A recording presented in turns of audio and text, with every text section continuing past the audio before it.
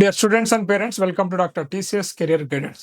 Students and parents, ఈరోజు మనం చేయబట్టిన video కొంత ఇంపార్టెంట్ వీడియో అనమాట. ఇది అనుకుంటానికి మీకు చిన్న టాపిక్ అనుకోవచ్చు, కానీ బట్ ఫ్యూచర్లో మీరు తీసుకునేటువంటి నిర్ణయం ఏదైతే ఉందో డెసిషన్కి ఇది చాలా ఒక నాంది అనమాట.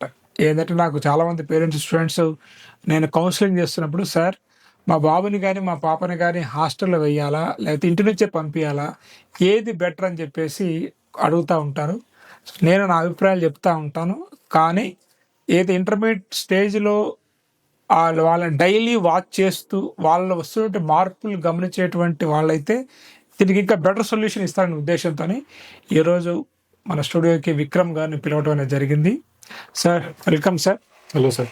సార్, ఈరోజు నేను ఎంచుకున్న టాపిక్ వచ్చేసి చాలామంది పేరెంట్స్ వచ్చిన క్వశ్చన్ అనమాట. ఆ క్వశ్చన్ ఈ టాపిక్ అంటే ఇంటర్మీడియట్లో హాస్టల్లో వెయ్యాలా ఇంటి వద్ద నుంచి పంపించాలా, ఎవరు బెటర్ పర్ఫార్మెన్స్ ఇస్తున్నారు, ఈ రెండు దాంట్లో మీరు ఇచ్చే ఆన్సర్ని పెట్టి చాలా మంది పేరెంట్స్ డెసిషన్ తీసుకుంటారు. కాబట్టి కొంత క్లుప్తంగా నాకు చెప్పండి. యాక్చువల్లీ మంచి టాపిక్ అండి ఇది. సో ఎనీ డే కూడా ఒక విద్యను అభ్యసించడానికి మనకు పూర్వకాలం నుంచి గురుకులాలు ఉన్నాయి. అవును సార్. సో ఆ గురుకులంలో వెళ్ళి కొన్ని సంవత్సరాలు అక్కడ విద్యను అభ్యసించి ఆ సిద్ధి పొందాక, అంటే ఆ స్కిల్ అనేది నేర్చుకున్న తర్వాత అప్పుడు వెనక్కి వచ్చేవాళ్ళు.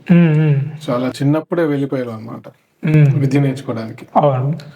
ఎందుకంటే అంత డెడికేషన్ ఉంటే గానీ విద్య రావడం అనేది కష్టం. ఏ విద్య అయినా కూడా చాలా డెడికేషన్ ఉండాలి. సో సమయం ఇప్పుడు పరిస్థితులు మారాయి. సో మనకి ఎలా ఉందో తెలుసు.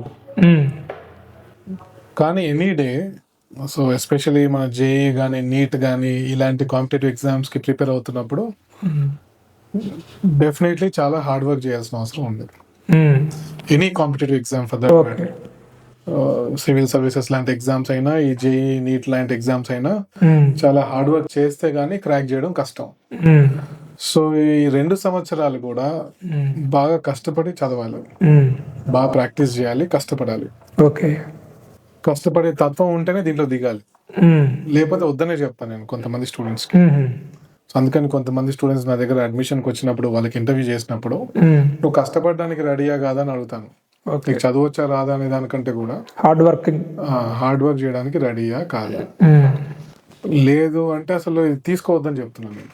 Okay sir. ఎందుకంటే ఇది ఎంచుకొని తర్వాత హార్డ్ వర్క్ చేయడానికి ఇబ్బంది పడుతూ నాకు ఇష్టం లేదు అనుకోవడం కంటే ముందే వేరే ఏదైనా ఎంచుకోవడం బెటర్, హార్డ్ వర్క్ చేసే యాటిట్యూడ్ లేనప్పుడు. సో ఎలాగో హార్డ్ వర్క్ చేయాలి కాబట్టి hostel any day is a good choice. ఎందుకు అంటే ఒక ఫోకస్డ్ ఎన్వైరన్మెంట్ ఉంటుంది హాస్టల్లో. ఇప్పుడున్న అతిపెద్ద ప్రాబ్లం ఏంటంటే మొబైల్, స్మార్ట్ ఫోన్స్. అంతే. సో డే స్కాలర్స్ ఫేస్ చేస్తున్నా, అంటే ఇక్కడ నా దగ్గర డే స్కాలర్ స్టూడెంట్స్ కొంతమంది ఉన్నారు, హాస్టల్ వాళ్ళు ఉన్నారు. So day scholar students parents బాగా కంప్లైంట్ చేసేది ఏంటంటే ఇంటికి వచ్చాక కొన్ని గంటల సేపు ఆ ఫోన్ పట్టుకొని కూర్చుంటారు. దానివల్ల పేరెంట్స్ కి, స్టూడెంట్స్ కి, వాళ్ళ పిల్లలకి పెద్ద పెద్ద గొడవలు అయిపోతున్నాయి. ఫ్రిక్షన్ అనేది డెవలప్ అయిపోతుంది. అంటే ఫోన్ వద్దు అంటే వీళ్ళకి నచ్చట్లేదు, అండ్ వాళ్ళకి తెలియకుండానే గంటల టైం దాంట్లో అయిపోతుంది. ఈ ఇన్స్టాగ్రామ్ లో, యూట్యూబ్ లో రీల్స్ ఇలా స్క్రోల్ చేసుకుంటూ ఉంటే టైం వేస్ట్ అవ్వడమే కాకుండా సైకలాజికలీ కూడా వాళ్ళు చాలా డల్ గా తయారవుతున్నారు. వాళ్ళ మైండ్ అనేది బాగా ఆలోచించడం, యాక్టివ్ గా ఉండడం, షార్ప్ గా ఉండడం అనేది తగ్గిపోతుంది. సో ఇది చాలా పెద్ద ప్రాబ్లం. స్మోకింగ్, డ్రింకింగ్ కంటే కూడా కొంచెం పెద్ద ప్రాబ్లం అనే చెప్పాలి ఇది ఫోన్ అయితే, స్మార్ట్ ఫోన్ ఎడిక్షన్ అనేది. సో హాస్టల్లో ఉండడం వల్ల ఇది కంట్రోల్ అవుతుంది. చాలా పెద్ద అడ్వాంటేజ్ అది. ఇప్పుడు మన దగ్గర ఉన్న హాస్టల్ స్టూడెంట్స్ ని అబ్జర్వ్ చేస్తే వాళ్ళు పొద్దున చక్కగా క్లాసెస్కి వస్తారు, సరదాగా వాళ్ళ ఫ్రెండ్స్ తో టైం స్పెండ్ చేస్తారు, స్టడీ అవర్స్ లో చదువుకుంటారు, గేమ్స్ టైంలో చాలా బాగా ఆడుకుంటారు, ఫిజికల్ యాక్టివిటీ ఉంటుంది, మళ్ళీ మంచి ఫుడ్ తిని. So this is how their routine is. And college లో అప్పుడప్పుడు పెట్టే యాక్టివిటీస్ కానీ దాంట్లో మంచి చక్కగా పార్టిసిపేట్ చేస్తున్నారు. సో వాళ్ళ టైం అంతా ప్రొడక్టివ్ గా వెళ్ళిపోతుంది. సో రేపు వాళ్ళు ఐఐటి ర్యాంక్ కొడతారా, నీట్ ర్యాంక్ కొడతారా అనేది పక్కన పెడితే డెఫినెట్లీ ఒక మంచి డిసిప్లిన్ అనేది అయితే అలవాటు అవుతుంది వాళ్ళకి. అండ్ ఈ ప్రిపరేషన్ కి ఎంతైతే హార్డ్ వర్క్ చేయాలో అంత హార్డ్ వర్క్ చేయడానికి ఒక స్కోప్ ఉంది ఇక్కడ. ఎందుకంటే ఆ అట్మాస్ఫియర్ ఉంది. ఇప్పుడు ఇంట్లో కూర్చొని చదవడానికి ఒక హాస్టల్ అట్మాస్ఫియర్ లో కూర్చొని చదవడానికి చాలా తేడా ఉంది. అక్కడ ఉన్నప్పుడు నేను ఒక్కనే ఉంటాను ఇంట్లో ఉంటే, నాకు ఎన్ నెంబర్ ఆఫ్ ఆప్షన్స్ ఉన్నాయి చేయడానికి. సో ఆబ్వియస్లీ నేను డైవర్ట్ అయ్యే ఛాన్స్ ఎక్కువ ఉంది. అండ్ పైగా అది టీనేజ్. సో ఈ ఆస్పెక్ట్ లో మనం ఆలోచిస్తే hostel is the best choice. కానీ ఇప్పుడున్న కొన్ని ఇన్స్టిట్యూట్స్ లో హాస్టల్స్ మనం అబ్జర్వ్ చేస్తే ఒక బిల్డింగ్, ఆ బిల్డింగ్ లో పైన ఫస్ట్ ఫ్లోర్ లో హాస్టల్, గ్రౌండ్ ఫ్లోర్ లో క్లాసెస్, కొన్ని కాలేజ్ లో సెల్లార్ లో క్లాసెస్. ఇలా ఉండడం వల్ల ప్రయోజనం లేదు. అది ఒక ప్రిజన్ లాంటి అట్మాస్ఫియర్ ఉంటుంది. సో ఇదేంటంటే ఒక దాని నుంచి తప్పించుకొని ఇంకో దాంట్లో పడ్డట్టు ఉంటుంది. సో అలా కాకుండా ఒక మంచి అట్మాస్ఫియర్ ఉన్న హాస్టల్ అయితే బెటర్. వాళ్ళకి కాస్త ఫిజికల్ యాక్టివిటీ ఉండాలి, మంచి అట్మాస్ఫియర్ ఉండాలి, సరదాగా ఉండాలి. సో దట్ వాళ్ళ మైండ్ వేరే దానికి డైవర్ట్ అవ్వదు. రిఫ్రెష్మెంట్, వాళ్ళ ఎనర్జీ అనేది మంచిగా ఎగ్జర్ట్ అవ్వాలి. లేకపోతే ఏంటంటే వాళ్ళు this high chance that they deviate. So hostel అనేది గుడ్ చాయిస్ అయినప్పటికీ కూడా ఒక మంచి అట్మాస్ఫియర్ ఉన్న హాస్టల్ చూస్ చేసుకుంటున్నామా లేదా అనేది ఇంపార్టెంట్. అట్మాస్ఫియర్ అంటే నాట్ జస్ట్ ద బిల్డింగ్, మొత్తం ఇన్స్టిట్యూట్ అట్మాస్ఫియర్ ప్లస్ హాస్టల్లో కల్చర్ ఎలా ఉంది అనేది ఇదొకటి. సెకండ్, ఇప్పుడున్న కొన్ని ఇన్స్టిట్యూట్స్ లో హాస్టల్స్ కొన్ని దారుణమైన పరిస్థితులలో ఉన్నాయి. ఎందుకంటే విపరీతమైన స్ట్రెంత్ అయిపోయేసప్పటికి 700-800 స్టూడెంట్స్ ఒక హాస్టల్లో ఉంటున్నారు కొన్ని ఇన్స్టిట్యూట్స్ లో. హైదరాబాద్ లో, మాదాపూర్ లో, మియాపూర్ లో ఇలా.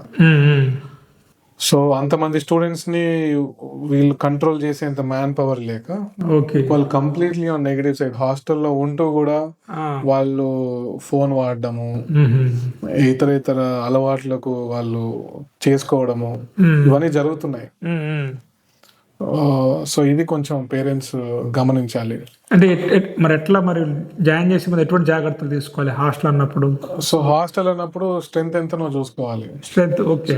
ఎంతమంది స్టూడెంట్స్ కి ఒక వార్డెన్ పెట్టారు, ఆ వార్డెన్ టు స్టూడెంట్స్ రేషియో ఒకటి చూసుకోవాలి. సో వీళ్ళకి కమ్యూనికేషన్ కి ఎలా ఉంది, మనం ఆ వార్డెన్ కి అక్కడ ఉన్న హాస్టల్ టీమ్ ఎవరైతే ఉన్నారో వాళ్ళతో మాట్లాడాలి. సో క్లియర్ కమ్యూనికేషన్ ఉండాలి హాస్టల్ టీమ్ కి, పేరెంట్స్ కి.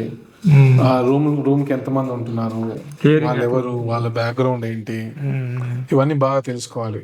బట్ ఎంతైనా సార్ హండ్రెడ్స్ లో స్ట్రెంత్ ఉన్నప్పుడు, అందరిని ఒక బిల్డింగ్ లో తెచ్చిపెట్టినప్పుడు, సో డెఫినెట్లీ అది కొంతమంది నెగటివ్ సైడ్ కి వెళ్ళే అవకాశం ఉంది. అప్పుడు నేను చెప్పిన బెనిఫిట్ ఏదైతే ఉందో హాస్టల్లో, ఆ పర్పస్ సాల్వ్ అవ్వదు. సో హాస్టలే బెటర్, కానీ ఎలాంటి హాస్టల్, ఎలాంటి అట్మాస్ఫియర్ అనేది అది కరెక్ట్ గా ఉండేటట్టు మనం చూసుకోవాలి. అలా లేనప్పుడు హాస్టల్లో జాయిన్ చేయడం నెగిటివ్ అయిపోతుంది, పాజిటివ్ అయ్యేదానికంటే. దాని బదులు ఇంట్లో ఉండి ఫోన్ చూసుకోవడం బెటర్ స్టూడెంట్. సో అది జాగ్రత్తగా చూసుకోవాలి. అండ్ రిజల్ట్స్ అంటారా, డెఫినెట్లీ ఎఫర్ట్స్ కి రిజల్ట్స్ ఎప్పుడు ప్రపోర్షనల్ గానే ఉంటాయి ఐడియల్లీ. సో హాస్టల్లో ఫోకస్డ్ గా ఎఫర్ట్స్ పెడతారు కాబట్టి రిజల్ట్ ఎక్కువ వచ్చే అవకాశం డెఫినెట్లీ ఎక్కువ ఉంటుంది, అన్ని అట్మాస్ఫియర్ అంతా బాగున్నప్పుడు. బట్ కొంతమంది డే స్కాలర్ పిల్లలు, వాళ్ళకి మెచ్యూరిటీ అండ్ సెల్ఫ్ డ్రివెన్ ఉంటారు, బట్ వాళ్ళు ఓన్లీ 5%. అందులో 5 మాత్రమే అలా ఉంటారు సెల్ఫ్ డ్రివెన్ గా. వాళ్ళకి హాస్టల్ అయినా వాళ్ళ ఇంటి నుంచి వచ్చినా పెద్ద డిఫరెన్స్ పడదు. వాళ్ళు దే ఆర్ సెల్ఫ్ మోటివేటెడ్. వాళ్ళు ఎక్కడ బౌండరీస్ కి వాళ్ళకి తెలుసు, వాళ్ళ బౌండరీస్ అంటే వాళ్ళకి తెలుసు. సో ఎంతసేపు చదవాలి, ఎంతసేపు ఫ్రెండ్స్ తో ఉండాలి, ఎంతసేపు వాళ్ళ టైం ని ప్రొడక్టివ్ గా వాడుకోవాలనేది వాళ్ళకి తెలుసు. సో అలాంటి స్టూడెంట్స్ తో సమస్య లేదు. But they are only 5% unfortunately. But 95% of the students, they need that personal monitoring. So ఎక్కడైనా మరీ ఎక్కువ స్ట్రెంత్ కాకుండా మోడరేట్ గా ఉండి, హాస్టల్లో పర్సనల్ అటెన్షన్ ఉందా లేదా, వాళ్ళని మానిటర్ చేస్తున్నారా లేదా, డిసిప్లిన్ ఉందా లేదా, స్ట్రిక్ట్ గా వాళ్ళు చెప్పిన రూల్స్ ఇంప్లిమెంట్ చేస్తున్నారా లేదా, ఇవి చూసుకుంటే any day hostel is a better choice intermediate stage వరకు.